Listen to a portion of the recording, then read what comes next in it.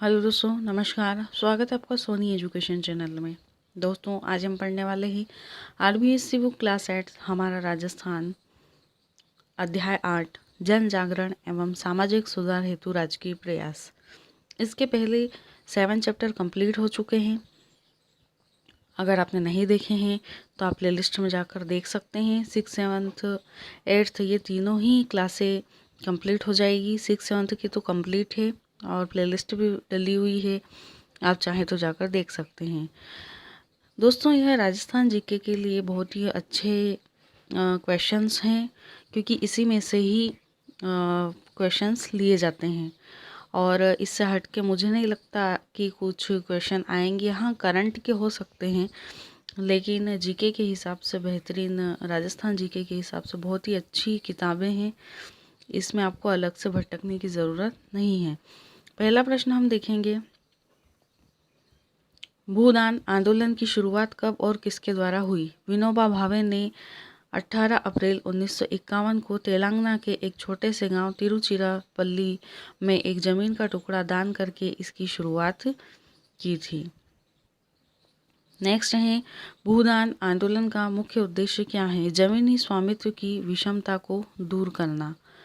अगला प्रश्न है, विनोबा भावे ने भूस्वामियों से उनकी जमीन का कुल कितना हिस्सा दान देने की अपील की? तो विनोबा भावे ने भूस्वामियों से उनकी जमीन का कुल 6ठा हिस्सा दान देने की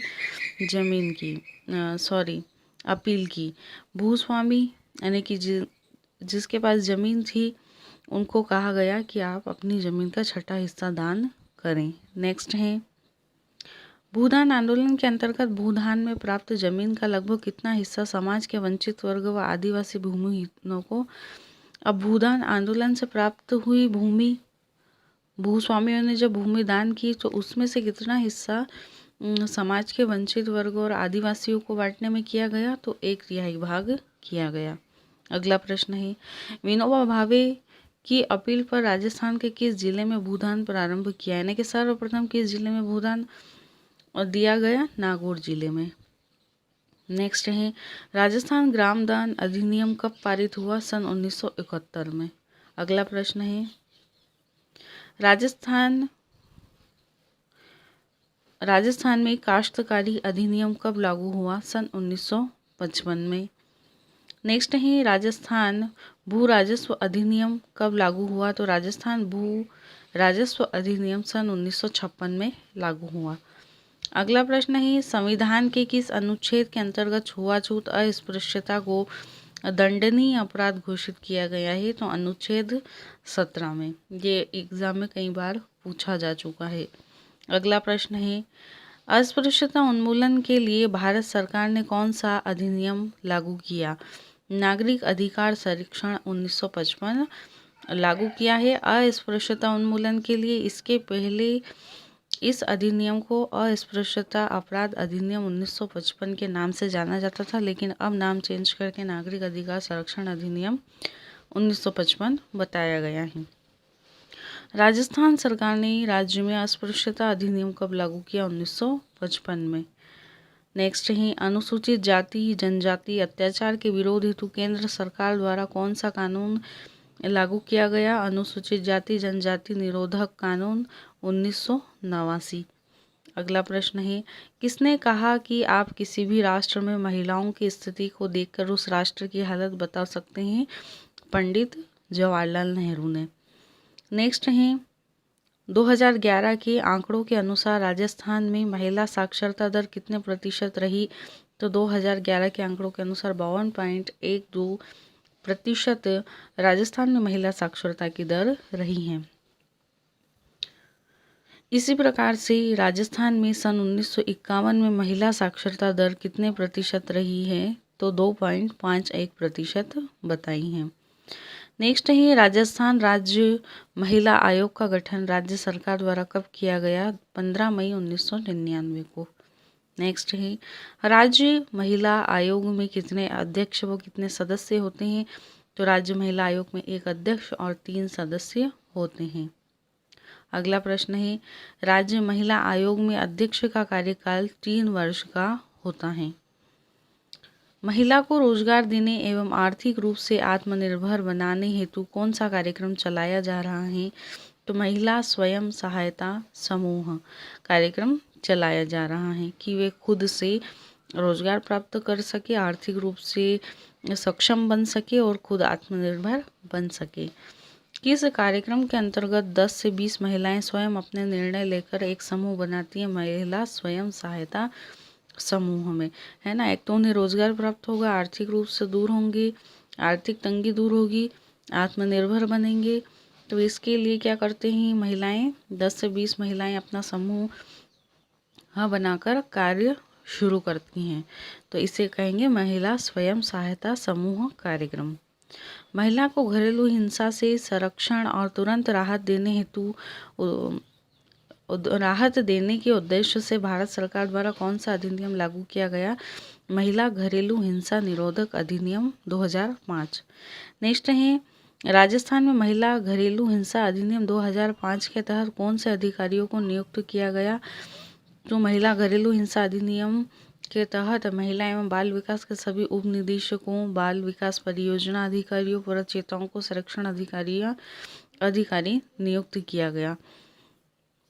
नेक्स्ट है, 11 से 18 वर्ष की विद्यालय ना जाने वाली अथवा बीच में विद्यालय छोड़ देने वाली किशोरी बालिकाओं के लिए कौन सी योजना चलाई जा रही हैं? राजीव गांधी किशोरी सशक्तिकरण सबला योजना। यह एक तो वो जो लड़कियां जो स्कूल छोड़ देती हैं और दूसरा 11 से 18 वर्ष तक की विद्यालय जाने न वाली बालिकाओं के लिए।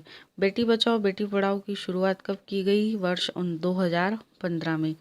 अगला प्रश्न है, बेटी बचाओ बेटी पढ़ाओ के अंतर्गत कौन से उद्देश्य निर्धारित किए गए हैं? कन्या भ्रूण हत्या रोकने, विद्यालयों में लड़कियों की संख्या बढ़ाने, विद्यालय छोड़ने वालों की संख्या को कम करने, शिक्षा के अधिकार के नियमों को लागू करने, लड़कियों के लिए शौचालय के निर्माण में वृद्धि करने के लिए ये सारे उद्देश्य निर्धारित किए गए हैं। अगला प्रश्न है, महिला सशक्तिकरण हेतु महत्वपूर्ण कानून कौन कौन से? तो महिला सशक्तिकरण हेतु महिला सशक्तिकरण के लिए हिंदू उत्तराधिकार, दत्तक एवं संरक्षण अधिनियम 1956 संशोधन 2005 ये कानून बनाया गया है महिला सशक्तिकरण के लिए। एक है महिला सशक्तिकरण के लिए दहेज निषेध अधिनियम 1961 कानून बनाया गया है और एक बाल विवाह निषेध अधिनियम 1925 बनाया गया है। नेक्स्ट है, आप चाहें तो इसकी थोड़ी सी डिटेल पढ़ लीजिएगा ताकि आपको और आसानी रहेगी समझने में भी, और क्वेश्चन कभी इधर से उधर कुछ ऐसा पूछ लिया जाए तो भी आसानी रहेगी। नेक्स्ट है, ईवीएम मशीन का पूरा नाम क्या है? तो इलेक्ट्रॉनिक वोटिंग मशीन कहा जाता है। अगला प्रश्न है, ईवीएम मशीन वह मशीन है जिसे मतदान किया जाता है। ईवीएम मशीन द्वारा कितने उम्मीदवारों को वोट दिए? तो एक ईवीएम मशीन द्वारा 16 उम्मीदवारों को वोट दिया जा सकता है। अगला प्रश्न है, यदि कोई मतदाता चुनाव में खड़े होकर किसी भी उम्मीदवार को अगर उपयुक्त नहीं मानता है तो वह कौन सा बटन दबाकर अपना मत सुनिश्चित कर सकता है? अगर हम मतदान केंद्र पर वोट डालने के लिए जाते हैं और हमें लगता है कि जिसको भी हमें वोट डालना है उसमें से कोई भी उपयुक्त नहीं है, तो हम क्या करेंगे, हम सबसे अंतिम बटन दबाकर, नोटा का जो अंतिम बटन होता है उसको दबाकर अपना मत सुनिश्चित कर सकते हैं। नोटा का पूरा नाम क्या है? None of the above. Next है, प्रत्येक मतदान केंद्र के लिए किसके द्वारा एक मतदान दल का गठन किया जाता है? तो जिला निर्वाचन अधिकारी जो होता है वह मतदान दल का गठन करता है। नेक्स्ट है, मतदाता केंद्र पर मतदाता के कौन से हाथ की अंगुली पर स्याही लगाई जाती है? तो बाएं हाथ की तर्जनी उंगली पर स्याही। जब हम वोट देने जाते हैं तो हम सभी को पता है कि स्याही लगाई जाती है, लेकिन कौन से हाथ पर? बाएं हाथ पर। कौन सी अंगुली पर? तर्जनी अंगुली पर। अगला है, VVPAT का पूरा नाम क्या है? Water verifiable paper audit trial machine.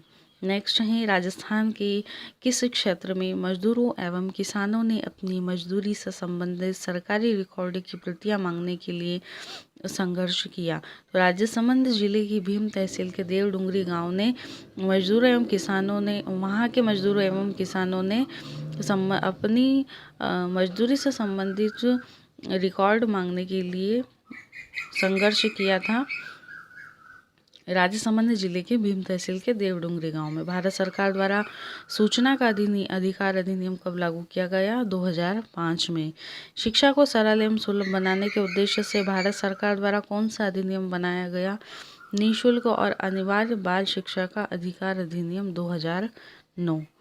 अगला प्रश्न है, राजस्थान सरकार के द्वारा बनाया जाने वाला राजस्थान निःशुल्क एवं अनिवार्य बाल शिक्षा का अधिकार अधिनियम 2010 कब लागू किया गया? यानी कि राजस्थान निःशुल्क एवं अनिवार्य बाल शिक्षा अधिकार अधिनियम राजस्थान में भी लागू है, भारत में भी है, लेकिन राजस्थान में 1 अप्रैल 2011 को लागू हुआ।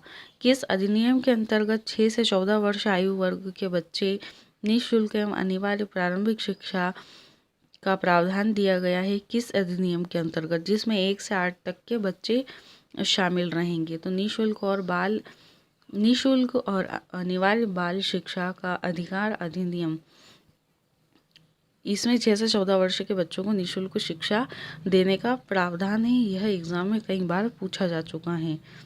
निजी स्कूलों में कमजोर एवं पिछड़े बच्चों के लिए कितने प्रतिशत सीटें आरक्षित है? 25%, जिसमें जब बच्चा एडमिशन लेता है तब 25% सीटें मतलब निःशुल्क होती है, जिसमें अगर 100 बच्चे हैं तो 25 बच्चों को निःशुल्क पढ़ाया जाता है। और साथ ही यह किस अधिनियम के अंतर्गत है? यह प्रश्न, यह भी निःशुल्क और अनिवार्य बाल शिक्षा का अधिकार अधिनियम के अंतर्गत ही है। नेक्स्ट है, कब और किसके द्वारा बाल अधिकार समझौतों को पारित किया गया? तो 20 नवंबर 1989 को संयुक्त राष्ट्र संघ की आम सभा द्वारा बाल अधिकार समझौते को पारित किया गया। बाल अधिकार समझौते पर भारत सरकार ने अपनी कब मुहर लगाई या कब हस्ताक्षर किए? सन 2011 में। बाल अधिकार कितने मूल सिद्धांतों पर आधारित है? तो यह 4 मूल सिद्धांतों पर आधारित है। नेक्स्ट है, बाल अधिकार के 4 मूल सिद्धांतों में से कौन से अधिकार शामिल हैं किए गए? तो बाल अधिकार के अंतर्गत 4 मूल सिद्धांत है, तो इन मूल सिद्धांतों में कौन सा अधिकार है? जीने का अधिकार, सुरक्षा का अधिकार, विकास का अधिकार और सहभागिता का अधिकार है। नेक्स्ट है, राजस्थान में child helpline toll free telephone सेवा नंबर क्या है? तो यह है 1098 चाइल्ड हेल्पलाइन नंबर राजस्थान का है। नेक्स्ट है, राजस्थान सरकार द्वारा जन सामान्य अगर शिकायत दर्ज करवाना चाहें और सूचना प्राप्त करवाना चाहें तो राजस्थान ने कौन सी सुविधा दे रखी है? सिटीजन कॉल सेंटर 181 पर हम कॉल करके हमारी समस्या को दर्ज करा सकते हैं और सूचना भी प्राप्त कर सकते हैं। तो दोस्तों, ये आपका आज का चैप्टर कंप्लीट हो चुका है। नेक्स्ट वीडियो जल्दी अपलोड करूँगी। उम्मीद है कि आपको यह वीडियो पसंद आई होगी। वीडियो अच्छी लगी तो लाइक शेयर कमेंट ज़रूर कीजिए और वीडियो को ज़्यादा से ज़्यादा शेयर कीजिए ताकि सभी को यह वीडियो प्राप्त हो सके और सभी इसका लाभ प्राप्त कर सके। धन्यवाद।